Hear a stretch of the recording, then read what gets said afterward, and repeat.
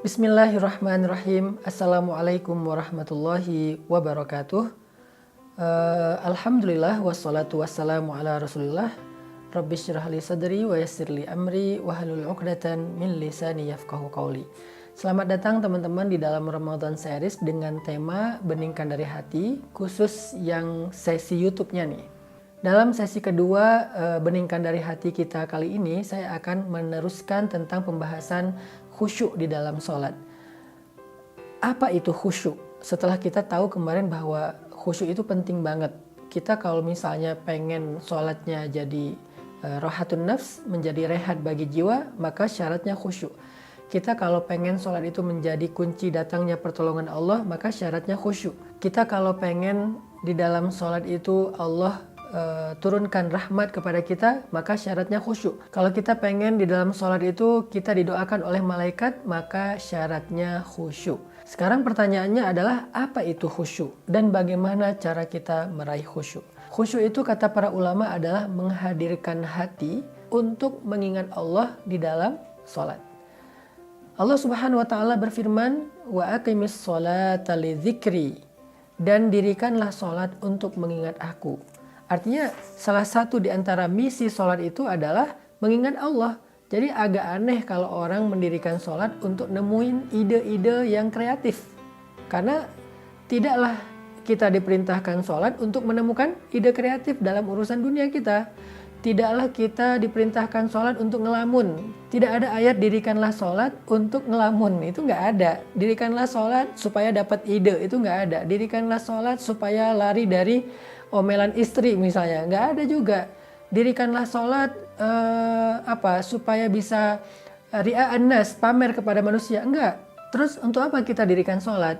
Misi dari sholat itu adalah aqimis sholata lidzikri, dirikanlah sholat untuk mengingat aku, kata Allah. Allah juga berfirman, wala takum minal ghafilin, janganlah kalian termasuk orang yang lalai. Lalai di sini ngelamun. Jangan sampai kita menjadi orang yang di dalam sholat ngelamun, mikirin komen head di akun, mikirin mantan, mikirin kerjaan, mikirin yang nggak penting. Enggak. Sholat itu tidak untuk ghafilin, untuk ngelamun. Tapi sholat itu untuk lidzikrillah, mengingat Allah Subhanahu wa ta'ala. Makanya definisi khusyuk yang paling kayaknya jelas itu menurut saya adalah, kata ulama, khusyuk adalah menghadirkan hati untuk mengingat Allah di dalam sholat. Apa indikasi seseorang sedang khusyuk di dalam sholat? Bagaimana kita tahu kalau kita itu khusyuk?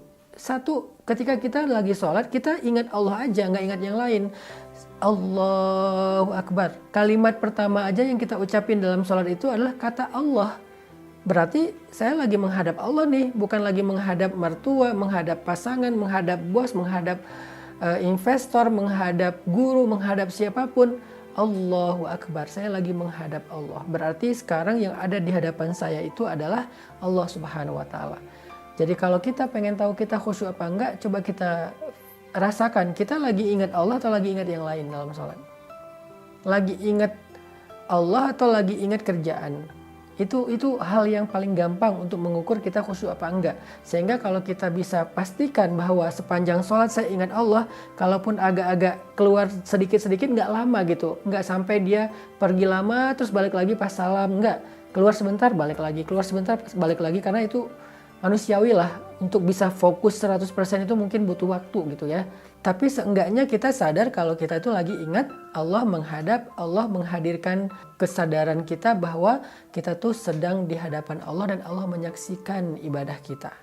Itu indikasi khusyuk yang paling sederhana. Yang kedua, kalau kita pengen tahu kita khusyuk apa enggak, kata para ulama adalah yang diambil dari surat An-Nisa, hatta ta'lamu ma taqulun. Kita ngerti apa yang kita ucapkan. Kita lagi baca doa iftitah, kita ngerti. Kita lagi baca Al-Fatihah, kita ngerti. Karena ada orang yang ketika dia sholat, udah sampai di ayat Al-Ikhlas, dia lupa, tadi saya baca Al-Fatihah nggak ya? Berarti dia nggak khusyuk. Karena dia nggak sadar apa yang sedang dia ucapkan. Sehingga orang yang khusyuk itu, ya'lamu ma yaqul. Dia ngerti apa yang dia ucapkan. Allahu Akbar kabira dan seterusnya, Alhamdulillah dan seterusnya, Qul huwallahu ahad dan seterusnya. Apalagi kalau dia baca ayat-ayat yang panjang, dia sadar apa yang dia sedang ucapkan, dia ngerti. Kalau bisa dia paham terjemahan dari teks, zikir, lafaz, ayat yang dia baca di dalam sholat. Dan yang ketiga, indikasi seseorang khusyuk itu adalah ketika dia sholat, dia bisa merasakan penghambaan diri dia kepada Allah. Dia merasa dia rendah, dia merasa hina, dia merasa fakir, dia merasa butuh kepada Allah. Antumul fuqara'u ilallah, kalian itu fakir, kalian itu sangat butuh Allah. Wa nahnu du'afa, kita ini lemah di hadapan Allah. Apalagi kita ini hina di hadapan Allah, kita ini banyak aib di hadapan Allah. Saya lagi menghadap Allah, Tuhan saya, dan saya adalah hamba. Hamba itu tunduk merendahkan dirinya di hadapan Tuhannya. Dan itulah ciri orang yang khusyuk.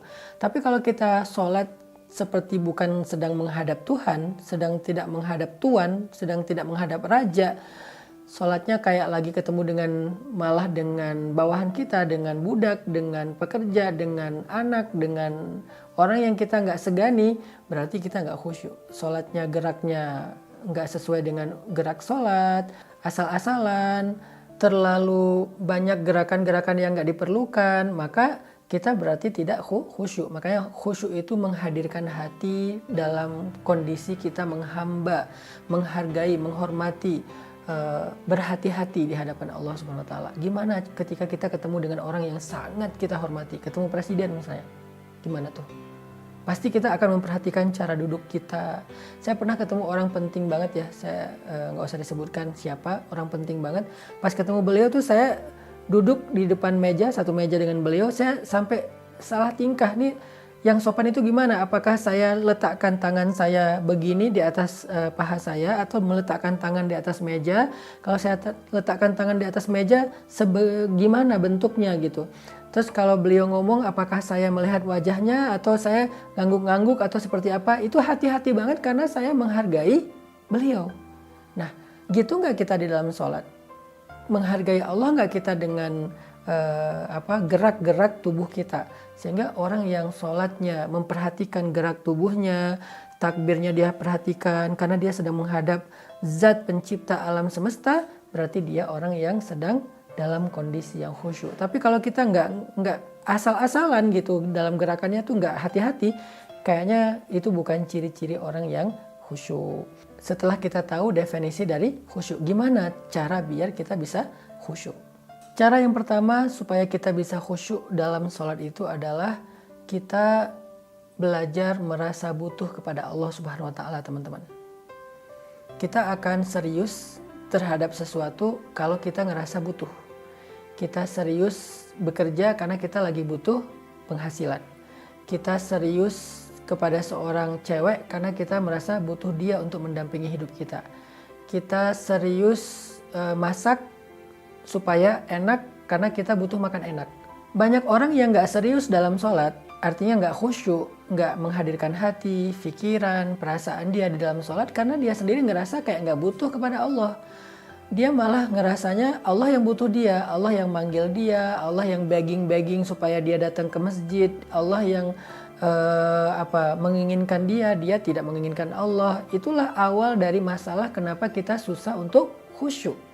Jadi biar kita bisa khusyuk, kita tuh harus merasakan nahnu fuqara'u ilallah. Kita ini fakir, kita ini butuh Allah banget. Apalagi ketika kita banyak masalah. Coba teman-teman kalau lagi banyak masalah ngerasain kan gimana sholat kita khusyuk. Lagi banyak masalah banget nih, sampai kita kayak hampir putus asa, gak bisa berharap ke siapa-siapa. Saat itu kita ngerasain kan betapa nikmatnya sholat kita. Bahkan sholat subuh pun terasa nikmat, biasanya ngantuk, bahkan mungkin gak bangun. Sholat tahajud pun terasa ringan, biasanya berat banget. Sholat sunnah itu jadi ketagihan, biasanya dihindari. Kenapa? Saat kita lagi ada masalah, sholat itu terasa rohah, rehat banget. Karena kita ketika lagi ada masalah tuh merasakan butuh kepada Allah. Tapi kalau misalnya gak lagi ada masalah besar, kita kayak gak ngerasa butuh sama Allah, makanya sholatnya susah khusyuk. Sekarang coba belajar merasa butuh pada Allah. Gimana cara belajar merasa butuh pada Allah? Ingat, hidup kita ini seutuhnya di tangan Allah. Allah bisa memberi kita kebaikan dalam hidup dengan mudah. Allah juga bisa mengambil kebaikan itu dari hidup kita dengan sangat mudah. Allah menghidupkan, mematikan. Allah yang memberikan kemuliaan dan menghinakan. Allah yang memberikan kekuasaan dan mencabut kekuasaan dari siapa yang Dia kehendaki. Seutuhnya hidup kita itu biyadihil mulk, di tangan Allah Subhanahu wa taala. Sehingga gak ada satu detik pun yang kita gak butuh Allah.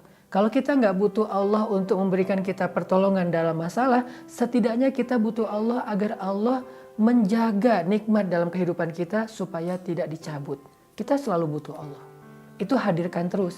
Dan rasa butuhnya kita ke Allah itu kita coba rasakan lebih daripada butuhnya kita kepada apapun. Kepada makhluk, kepada harta, kepada pekerjaan, apapun. Kita lebih butuh Allah daripada apapun. Karena semua yang ada dalam hidup kita itu tidak akan terjadi kecuali dengan izin dan kehendak Allah Subhanahu wa taala.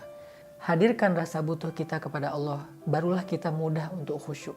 Yang kedua, gimana tips supaya bisa khusyuk? Coba pelajari makna dari setiap lafaz sholat yang kita baca. Baik itu doa, zikir, ayat. Coba pelajari apa terjemahannya. Karena kalau kita nggak tahu artinya susah buat khusyuk. Kita nggak paham apa yang sedang kita baca. Kita baca misalnya kalimat Sami'allahu liman hamidah. Allah mendengar siapa yang memujinya. Kata imam. Lalu kita mengucapkan Rabbana lakal hamdu wa lakas syukru misalnya, atau Rabbana lakal hamdu hamdan katsiran thayyiban mubarakan fi. Kita ngerti nggak maksud dari kalimat itu? Coba pelajari terjemahannya. Kita baca misalnya inna salati wa nusuki wa mahyaya wa mamati lillah. Tahu nggak arti dari kalimat inna salati wa nusuki dan seterusnya? Kita membaca subhana rabbiyal a'la. Tahu nggak arti dari subhana rabbiyal a'la? Dan banyak lagi lafaz salat yang harusnya kita ngerti terjemahannya, baru kita bisa khusyuk. Yang terakhir teman-teman, cara biar khusyuk itu adalah hindari hal-hal yang membuat pikiran kita ke distract. Nabi itu serius banget dalam sholatnya. Sampai Nabi pernah lagi sholat, Nabi memperhatikan satu helai kain di depan beliau yang punya corak gitu ya. Sehingga setelah beliau sholat, kain itu ditutup sama Nabi karena mengganggu sholat Nabi. Bahkan Nabi pernah juga di atas mimbar lagi khutbah, tiba-tiba mencabut cincinnya dan meletakkannya. Lalu Nabi mengatakan, cincin ini telah membuat saya tidak tenang. Sekali melihat cincin, sekali melihat kalian, kata Nabi. Artinya saking menghargai sahabat, Nabi pun mencopot cincin di tangannya supaya bisa menghargai sahabat yang sedang Nabi nasihati. Apalagi dalam sholat. Nabi itu nggak mau ke distract dengan apapun. Makanya sholat yang paling baik itu tengah malam, karena inna nasyi'atal lail hiya asyaddu wat'an wa aqwamu qila. Sholat di tengah malam itu lebih tenang, lebih bisa fokus. Hindari hal-hal yang membuat ke distract pikiran dan perasaan kita. Sebelum sholat, bereskan dulu urusan kita supaya sholat kita nggak terganggu dengan urusan itu. Makanya ada hadis qaddimul asya alal isya, dahulukan makan malam dari sholat isya. Artinya kalau kita lagi lapar banget habis pulang dari perjalanan jauh, maka makan dulu sebelum sholat. Kenapa? Biar kita sholatnya nggak ke distract dengan rasa lapar. Itu diantara sekian banyak tips ya untuk bisa dapetin sholat khusyuk. Yang intinya kata Nabi, ada orang sholat dia hanya mendapatkan 1/6 dari sholatnya. Ada yang sholat hanya mendapatkan 1/3 dari sholatnya. Ada yang sholat mendapatkan 1/2 dari sholatnya. Artinya sholat seseorang itu tergantung kualitas khusyuknya. Dan hanya dengan khusyuk kita akan merasakan rohatun nafsi fis sholah, rehatnya jiwa di dalam sholat. Yuk belajar sholat khusyuk, sholat yang berkualitas dengan latihan sholat tarawih di bulan Ramadan. Pilih masjid yang sholatnya santai, benar-benar tarawih, sehingga setelah Ramadan kita bisa break dari segala urusan dan kepenatan dunia dengan cara Allahu Akbar di atas sajadah. Semoga kajian ini bermanfaat. Barakallahu fikum. Wassalamualaikum warahmatullahi wabarakatuh.